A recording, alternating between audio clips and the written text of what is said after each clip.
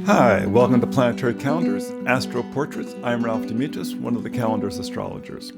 The portrait this week is Rhianna, and this is part of our musician series. Rhianna was born on February 20th, 1988, at 8:50 a.m. in St. Andrew, Barbados. This is a wonderful example because here's someone who's born on a Caribbean island and rises to the top of the music field. So you've got to figure there's some really special indicators in her chart, and there are. She's born at 1 degree Pisces. This is very interesting because we just were getting ready to do the chart for Olivia Rodrigo, who just won, I think, 3 Grammys recently, who's also born at the 1st degree of Pisces. So, Pisces, after all, is one of the Jupiter-ruled signs. It's a big success sign. So, people say, oh, it's controlled by Neptune. No, it is the feminine ruler of Jupiter. It is social, but it's responsive. She has Aries rising, which if you look at her, you can practically see that she's Aries rising. She gets glints of red off of her aura. And she has the moon in Aries just above the horizon. And not only that, the moon is part of a whole cluster. It's the moon at 11 degrees, Venus at 12 degrees, and Jupiter at 26 degrees. So they bracket the rising. The rising's 15 degrees. This puts the moon and Venus in what's called the Gogolon spot, that spot right above the horizon, where there's a tremendous amount of energy. Now, remember, we use whole sign houses. We do not use Placidus. So the house is the whole sign. So the ascendant can show up any place within that sign. Just because it's above the horizon doesn't mean it's in the 12th house.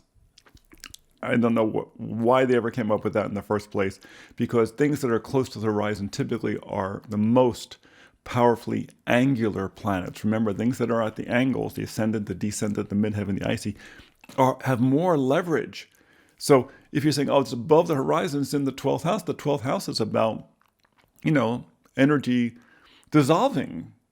Well, that really doesn't describe a very angular planet. And this moon and Venus are very angular. Juno is also there, which is one of the larger asteroids. It's close to the moon. It always makes her seem very marriageable. But the Aries rising, this is Venus and Aries. This is, it's a detriment position, but it's very personal. But the moon and Aries, these are not very feminine positions for these two very feminine planets, but to give her tremendous drive. This is a person between that and the Jupiter who's not afraid to walk into new situations. It's very martial. It's a very martial position. And her Jupiter at 26 degrees Aries is trine within 2 degrees of her Mars in the 9th house in Sagittarius. So fire to fire. Mars-Jupiter trines are very powerful because it tends to give people a great deal of physical energy. They also say that it's very good for how it manages finances, that you're always able to find, when you need finances and resources to show up, they kind of show up. And it's simply because your physical actions, the martial energy, has the access to the Jupiter's long-range planning. It's always looking ahead. It's always saying, well, where are we going to go from here? Okay, so let's go in that direction. And then Mars goes there and says, oh, look, there's the stuff that we wanted to find. And sometimes not conscious of the fact that Jupiter said, go there, okay, because that's where the good stuff is. And that's that Jupiter trine. Because it's going from the 1st house to the 9th house, it's a bit of reversal. Because Mars is strongest in the 1st house and Jupiter's strongest in the 9th house. It's a little flip, but it adds that, it's got that zing. Speaking of zing, where do we look for zing in a chart? Uranus. Uranus adds electricity. And with people who become very famous, you always look for where's Uranus. Oftentimes with actors, it's at the rising. We just did the chart of Ariana Grande, a very famous singer. It's right at the rising with her. Or it's at the on the moon, or it might be at the midheaven. With her, it's within a cluster of planets at 0 degrees Capricorn. So it's very angular. Those angular signs, Capricorn, Cancer, Libra, Aries, when they're right at 1 degree, very early in the sign, they're very powerful. She has her Saturn in Capricorn, the feminine ruling sign, right, conjunct within the same degree with Uranus, 0 degrees Capricorn. So Uranus and Saturn are conjunct, right? So it adds real sizzle to her career. They're in the 10th house, Saturn's favorite house, especially when it's in Capricorn, favorite house. But it gets better than that, because to one side, 2 degrees away out of sign, admittedly, is the Mars at 28 degrees Sag. And Mars likes being in fire signs, but it's got the advantage of, Uranus adding sizzle and electricity. The other direction, at 9 degrees, is Neptune, another big success planet that adds imagination. And at 11 degrees is the Midheaven. So this was a person who from very early on was focused on having a career. And she wanted an exciting career, Uranus. She wanted a truly successful career that changed her reputation, Saturn. And she wanted a career that was probably related to imagination or the arts, that's Neptune. And what's interesting is beyond that, and these planets are up in what's called the Gogolon spot of the Midheaven, up to the right of the Midheaven. Okay, very much like she has the Venus and the Moon and the Gogolon spot, places where it has even more leverage. You have the Saturn, Uranus, Mars, Neptune are all in that very active range, so tremendous amounts of leverage. On the other side, she has Pallas Athena in Capricorn, showing a high skill level. So it's got very high skill levels in terms of how to build things long term, because that's what Capricorn's all about. How are we going to build things long term? From the physical body, Saturn relates to, and Capricorn relates to the physical bones, which, grow slowly. Where most tissue turns over very quickly, the bones grow very slowly. They change the cells out very slowly. Now, in the 11th house, the area where she's related to community, she has Mercury in Aquarius, the exalted sign, retrograde. I always say people with Mercury in Aquarius tend to get ideas out of the blue. They just like lightning bolts land in their head. When it's retrograde, she internalizes them. Ceres is there as well, and Ceres is about how we manage people. So she's got really good management skills. She's really good at networking with people. She's really good at reaching out to people, which in business is tremendously important.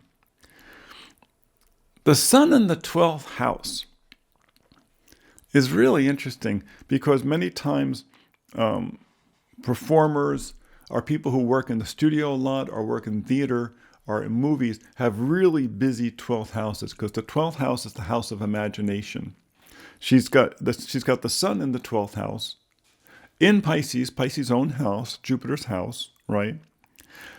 So, Jupiter is important, right? And Jupiter's right there about the rising in Aries, which means projecting the individual. It's Rhianna. There's not even a mention of a last name. It's Rhianna. It's not Rihanna and her band. It's Rhianna. It's her projection of her personality in a very martial way, because it's Aries. But it's in the 12th house, which means that in the studio, on the movie set, in these locations, she's very comfortable. This is her natural area. What's interesting is she comes from, the Caribbean. The 12th house has to do with the ocean. So she comes from, an ocean culture. She also has Selena. I don't usually use the point there, except that in this case, it's conjunct the North Node, which means that within the studio, within this protected space, she has a tremendous charm. Selena's a very charming position. It's at the North Node, and it's something that gives her great satisfaction. Great satisfaction. Something that she has when you look at the South Node is what she brought in with her. It's in Virgo in the 6th house. She probably brought in a lot of understanding about how people heal and how to deal with your own personal health. So she's probably very good at that. Interesting, in the 4th house, she has Vesta. Vesta relates a lot to our heritage, to our grandparents. It's in the 4th house, the area of home, in Cancer. There's things about her mother, her grandmother, her lineage that's very important to her. And interesting, she has the part of fortune, finally, in the 2nd house, the house of music. She is, after all, a singer. She's a musician. In Taurus, the sign of music in the 2nd house. It's interesting because 25 degrees, Taurus is a very complex, very feminine part of Taurus. It's where Algol is. It's 3 degrees away from the Pleiades.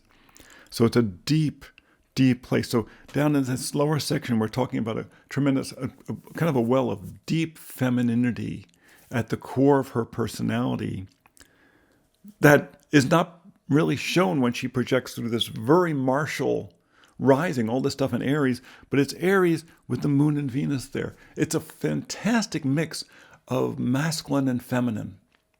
Moon and Venus, but in masculine signs. Jupiter, but in masculine signs. A feminine, Sun in the 12th house, but a masculine Mercury.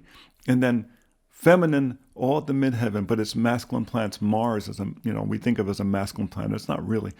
But Mars and Saturn, Neptune and Uranus at the midheaven, but primarily in feminine signs. It's a deeply feminine personality, and yet it projects out through this Aries rising. It's fiercely feminine in many ways. It's a fascinating chart and very creative. She has, among other things, one final point, a quintile, 72 degrees between her Jupiter and her Mercury. Jupiter at the rising, this great creativity, this kind of emerging creativity at the rising, to Mercury in Aquarius, brilliance. Brilliance within her group. Fascinating, very fascinating. And after all, 72 degrees is one of the most feminine of the aspects. So that's the chart of Rhianna.